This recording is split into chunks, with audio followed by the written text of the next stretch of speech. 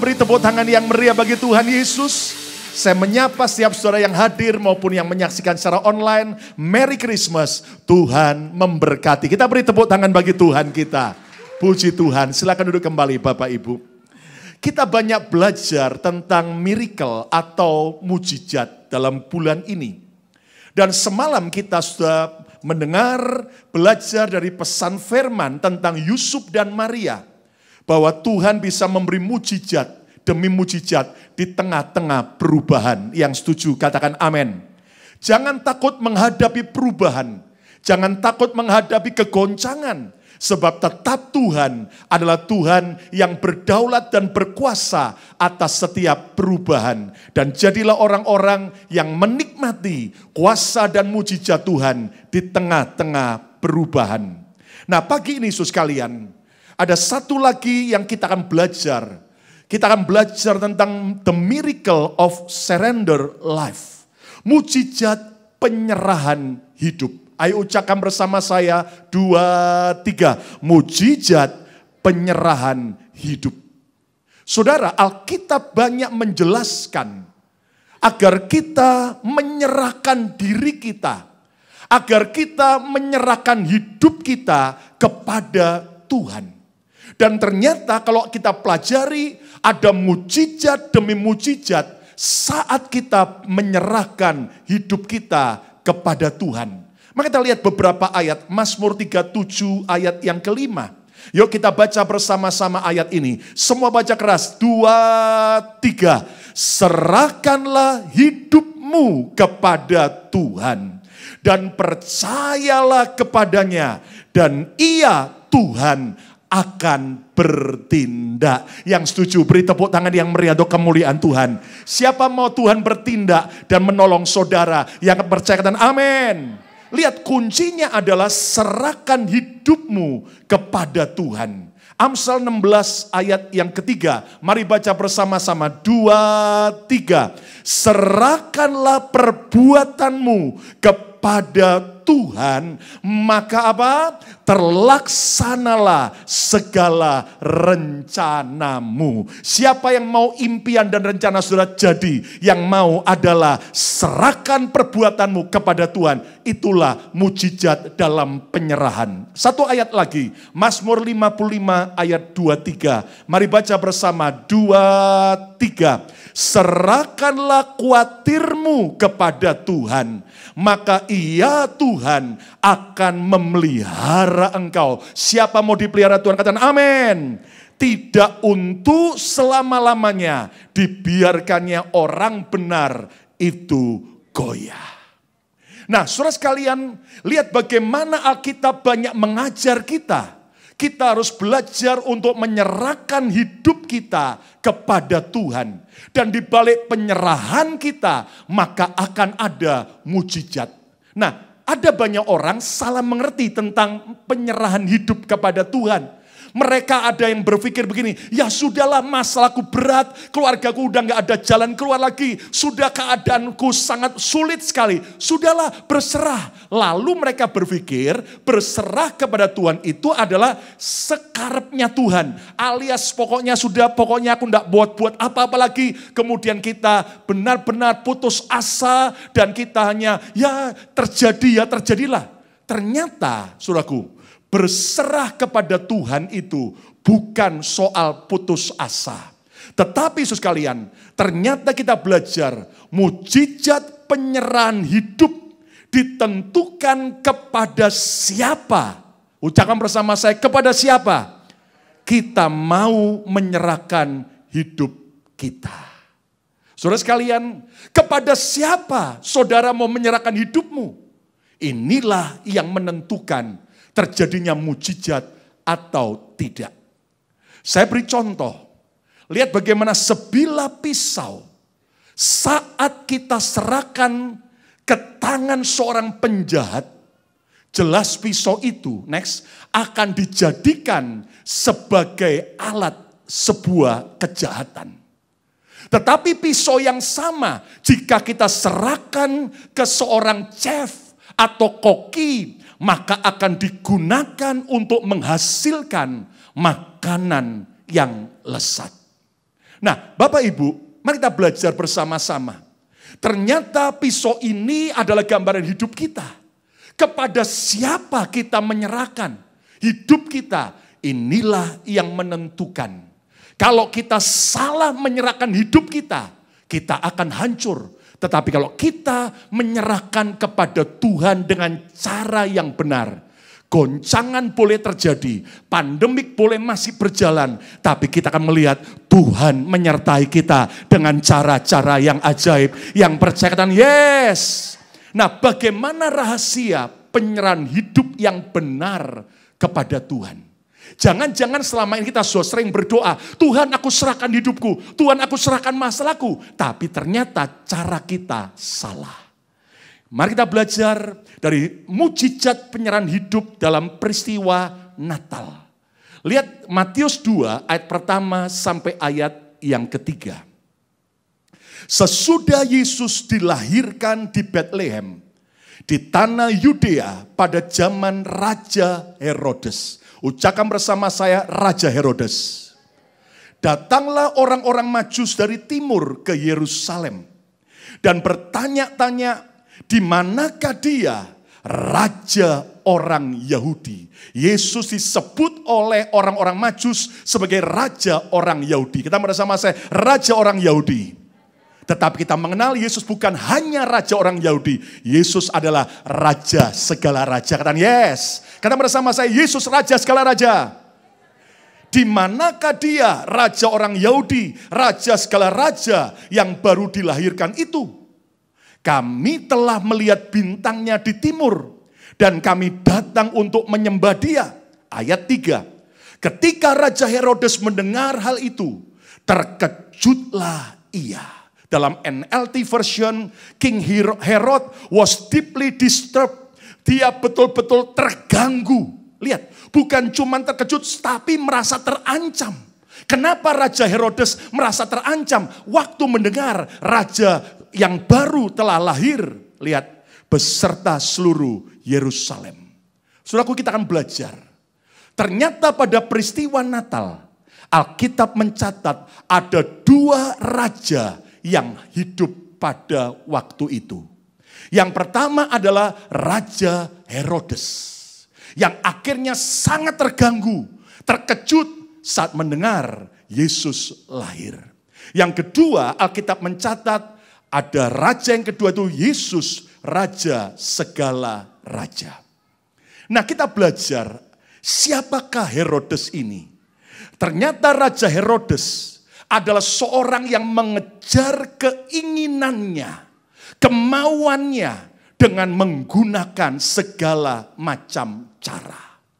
Mana buktinya? Matius 2 ayat 16. Ketika Herodes tahu bahwa ia telah diberdayakan atau dibohongi oleh orang-orang Majus itu, ia sangat marah.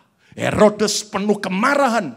Lalu ia menyuruh membunuh semua anak di Betlehem dan sekitarnya, yaitu anak-anak yang berumur 2 tahun ke bawah, sesuai dengan waktu yang telah diketahuinya dari orang-orang Majus itu.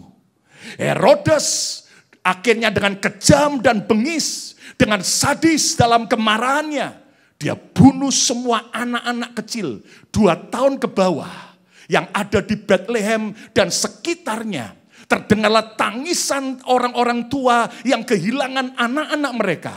Kenapa? Karena Herodes mau membunuh Yesus. Raja Herodes tega membunuh bayi-bayi 2 tahun ke bawah di Betlehem dan sekitarnya, agar tidak ada raja lain sebagai saingannya. Itulah Herodes. Sekarang kita lihat siapakah Yesus, Raja segala raja.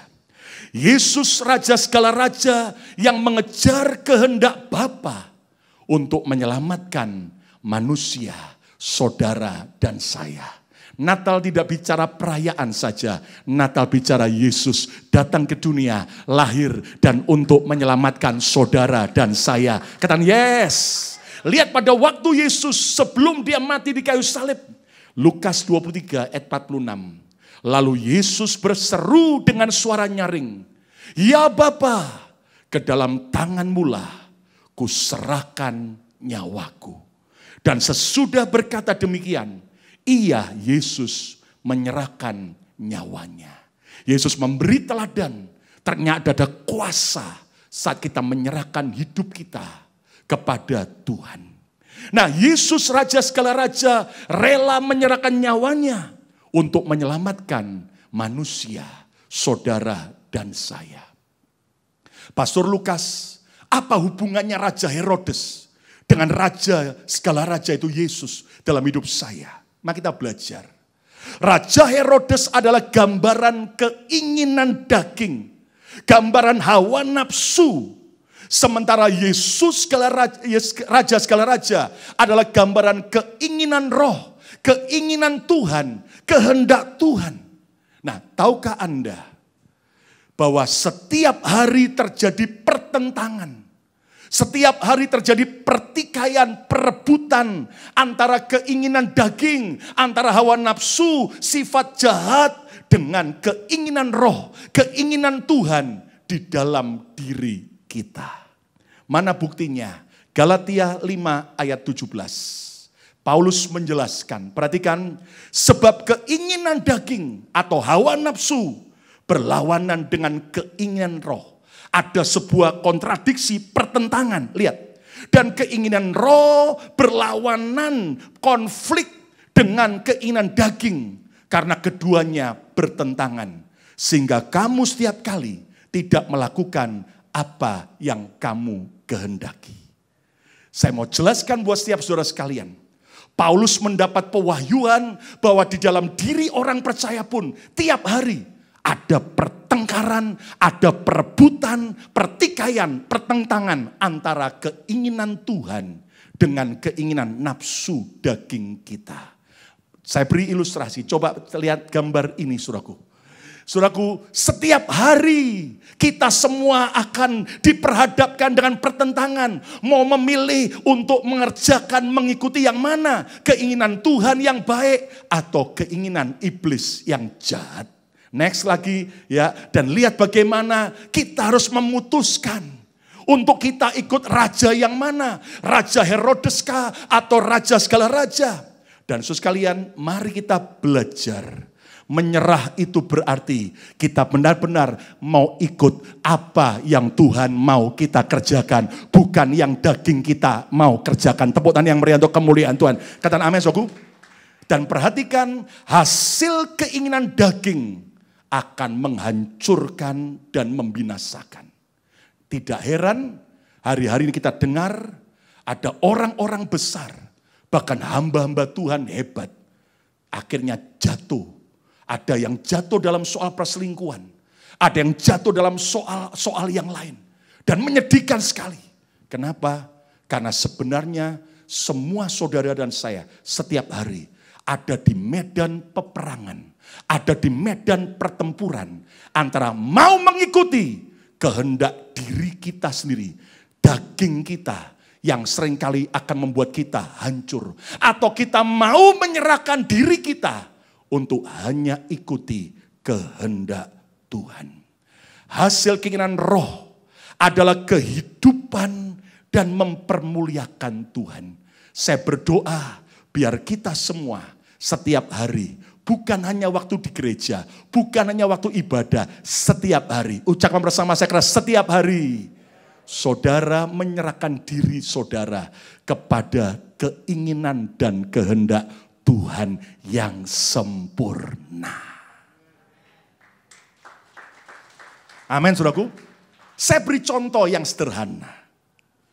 Saat saudara di tempat pekerjaan, saudara bertemu dengan lawan jenis yang seolah-olah lebih menarik dari suami Anda.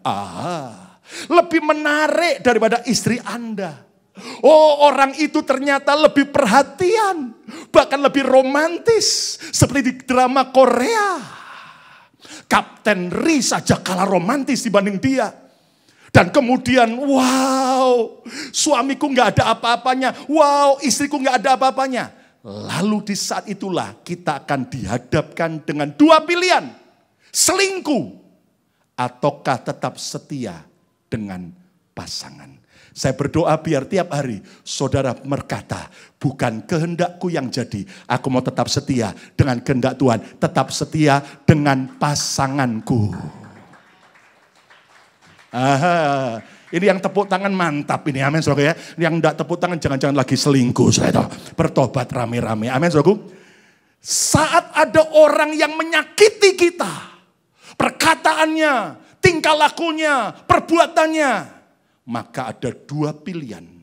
Apakah kita benci ataukah kita memilih untuk mengampuni? Akan ada pertengkaran dalam diri kita, pertikaian. Saat kita tergoda, tiba-tiba lagi nganggur, apalagi lagi lockdown. Lihat kemudian di handphone atau lihat kemudian di komputer, ada tawaran tentang pornografi. Wanita-wanita yang sudah nggak pakai baju karena terlalu miskin. Akan ada dua pilihan. Kita tegas menolak, tidak nonton pornografi. Atau kita mengikuti dan jatuh ke dalam dosa. Pada saat ada kesempatan untuk kita berbohong, yang penting aku bisa dapat keuntungan. Maka pilihannya kita mau berbohong, ataukah kita tetap memilih hidup jujur karena takut akan Tuhan. Pada saat ada tawaran untuk kita kerja overtime, padahal itulah jam untuk Anda beribadah.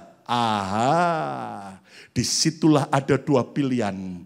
Cabut untuk segera overtime, ataukah Anda tetap memilih beribadah. Saya yakin siap saudara mau tetap beribadah. Yang mau tepuk tangan yang meriah, katakan amin. Kenapa? Yang lagi overtime sedang tidak datang hari ini, saudaraku. Pada saat orang berbuat jahat dengan kita, pilihannya apakah kita mau balas dendam dengan lebih jahat, ataukah justru kita mau balas dengan kebaikan. Akan ada pertentangan dalam diri kita antara keinginan roh dan keinginan daging, antara Herodes dengan Yesus. Pada saat ada kesempatan untuk menolong orang lain, maka akan ada dua pilihan. Apakah kita cuek ataukah kita rela menolong? Pada saat kita melihat orang lain berhasil, sukses, lebih bahagia, akan ada dua pilihan. Apakah saudara iri, lalu berusaha menjatuhkan dan menggosipkan dia?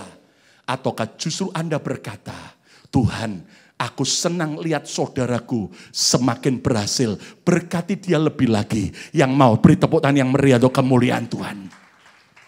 Pada saat ada kesempatan untuk melayani, akan ada dua pilihan. Masa bodoh, aku cuman sibuk bagi diriku sendiri. Ataukah Anda memilih untuk siap melayani dengan sebuah komitmen yang kuat. Pada saat menghadapi persoalan, apakah saudara memilih marah, ketakutan, dan kemudian meragukan Tuhan?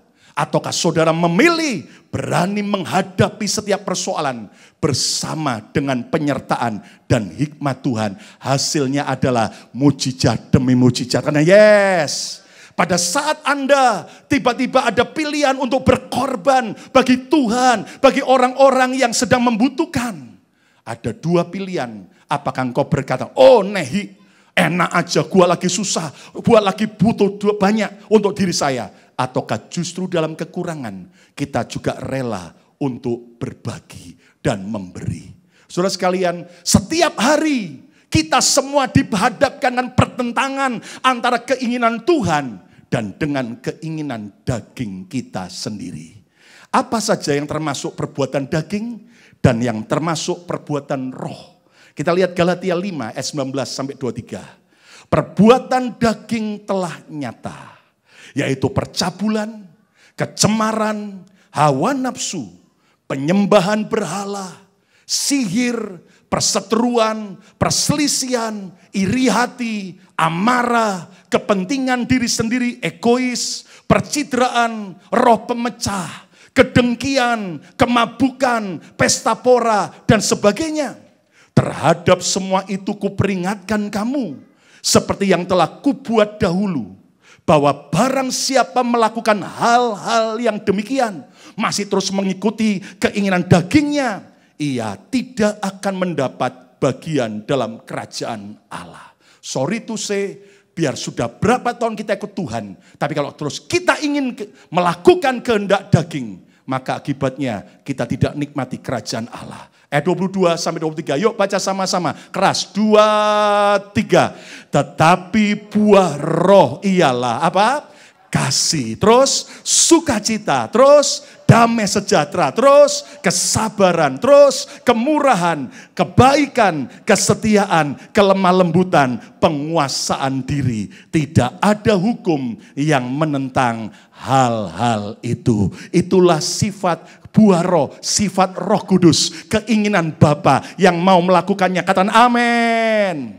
Nah, saudara sekalian, sekarang kita sudah jelas dalam peristiwa Natal ini, kepada siapa kita mau menyerahkan hidup kita. Apakah kita mau mengikuti keinginan daging kita, ataukah kita mau mengikuti kehendak Tuhan? Saya akan akhiri dengan 3 pertanyaan penentu. Apakah kita mengalami mujizat atau tidak dalam penyerahan hidup kita? Pertanyaan yang pertama, dan harus kita tanyakan setiap hari. Siapa yang kita izinkan memerintah hidup kita? Siapa yang kita izinkan memerintah hidup kita? Pilihannya, Yesus yang memerintah. Bukannya aku lagi, tapi Yesus. Ataukah Herodes, keinginan daging yang memerintah? Saudara, seperti sebuah mobil, kepada siapa kita menyerahkan setir kemudi itu akan menentukan tujuan yang kita akan capai. Kalau kita menyerahkan kemudi mobil itu kepada orang yang salah, jelas kita akan menuju kepada kehancuran. Tetapi kalau saudara serahkan kepada yang tepat, maka akibatnya akan benar-benar ajaib. Kepada siapa Anda izinkan yang memerintah hidup saudara? Siapa? Yesuskah atau daging kita? Yesuskah atau kebencian kita? Yesuskah atau kemarahan kita? Yesuskah atau semua perbuatan daging? Dan siapa yang kita izinkan memerintah akan menentukan tujuan hidup kita. Orang kalau tujuannya mulai tidak sesuai dengan Alkitab, jelas yang dia izinkan memerintah bukan lagi Tuhan, tapi kehendak daging. Siapa yang harus kita layani dan senangkan? Apakah diri kita atau Tuhan? Dan keputusan-keputusan kita akan benar-benar berbeda ketika saudara mengizinkan Yesus yang memerintah. Maaf kata, kalau sampai ada orang bilang begini, sorry pastor, saya tidak punya waktu untuk ke gereja. Saya tidak punya waktu untuk beribadah. Saya tidak punya waktu untuk ikut BFA, Bethany Family Altar. Saya tidak punya waktu untuk yaitu melayani Tuhan. Sorry, saya nggak punya waktu, saya terlalu sibuk. Maaf kata, kalau Anda berkata Anda tidak punya waktu, sebenarnya Anda salah. Semua kita tetap punya waktu. Betul? Tapi yang membedakan adalah siapa yang Anda mau ikuti. Siapa yang mau Anda senangkan. Saya masih ingat ada seorang jemaat. Setiap kali saya ajak, ayo ikut, ayo datang, ayo cari Tuhan. Ngomong begini, sorry pendeta, saya masih sibuk, saya masih overtime dan sebagainya. Tapi orang yang sama ketika divonis dokter kena cancer, dia berkata, apapun kegiatan gereja, saya mau ikut. Anda tahu, banyak orang kalau sudah begitu, baru berpikir, Tuhan jadilah raja. Tapi kalau lagi kuat, berhasil, sehat, diberkati. Dia berkata, impianku sendiri yang aku kejar. Saudaraku, hati-hati. Mari jangan tunggu sampai kita terlambat. Hari ini keadaan saudara apapun, jadikan Yesus Raja yang memerintah dan berkuasa. Pertanyaan yang kedua yang menentukan mujizat penyerahan hidup. Keinginan siapa yang mau kita turuti? Keinginan siapa yang saudara dan saya mau turuti tiap hari? Pilihannya keinginan daging atau keinginan roh. Pilihlah untuk menuruti keinginan Tuhan dan bukan keinginan daging.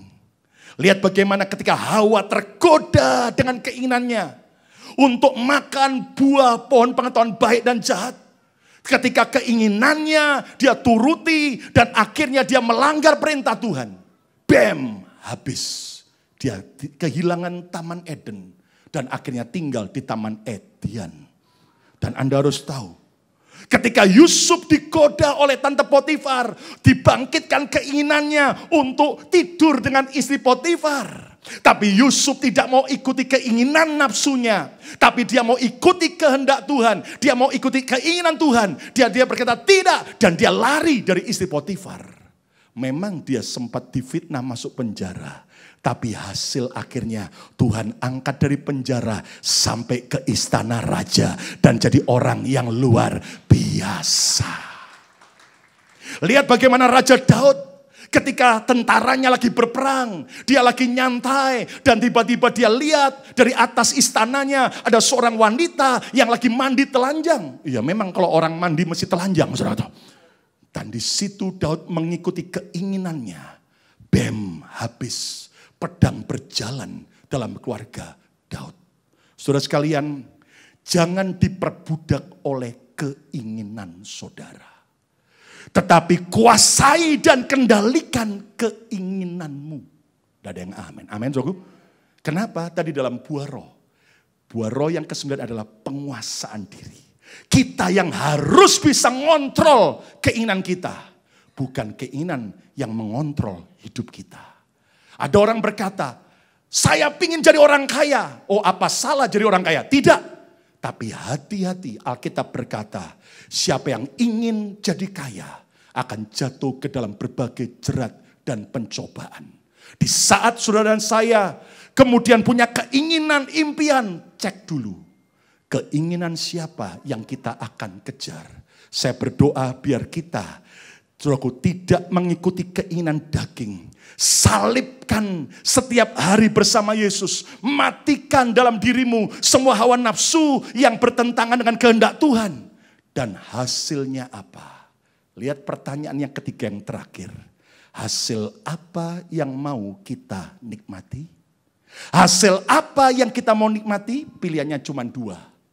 Kehancuran dan kebinasaan. Atau kehidupan dan mempermuliakan Tuhan. Hasil akhir apa yang saudara mau nikmati? Saudara, dengar baik-baik. Apa yang kita putuskan hari ini merupakan penentu bagi apa yang akan kita terima di masa depan. Saya katakan buat anak-anak muda yang belum menikah. Ketika Anda memilih tetap hidup kudus dalam waktu engkau berpacaran. Walaupun teman-teman sekolahmu yang lain semuanya free sex. Tapi saudara berkata, tidak. Aku mau tetap takut akan Tuhan. Aku hanya mau hubungan seks setelah kami menikah resmi. Anda tahu, saya sudah melihat sekian puluh tahun dalam pelayanan. Hasil akhir tidak bisa menipu dari keputusan-keputusan awal. Mereka yang di awal pacaran sudah ancur-ancuran. Lihat dalam perjalanan pernikahan mereka. Akan begitu banyak kecurigaan, ketidakpercayaan, merasa insecure, tidak aman. Dan bahkan kejatuhan-kejatuhan.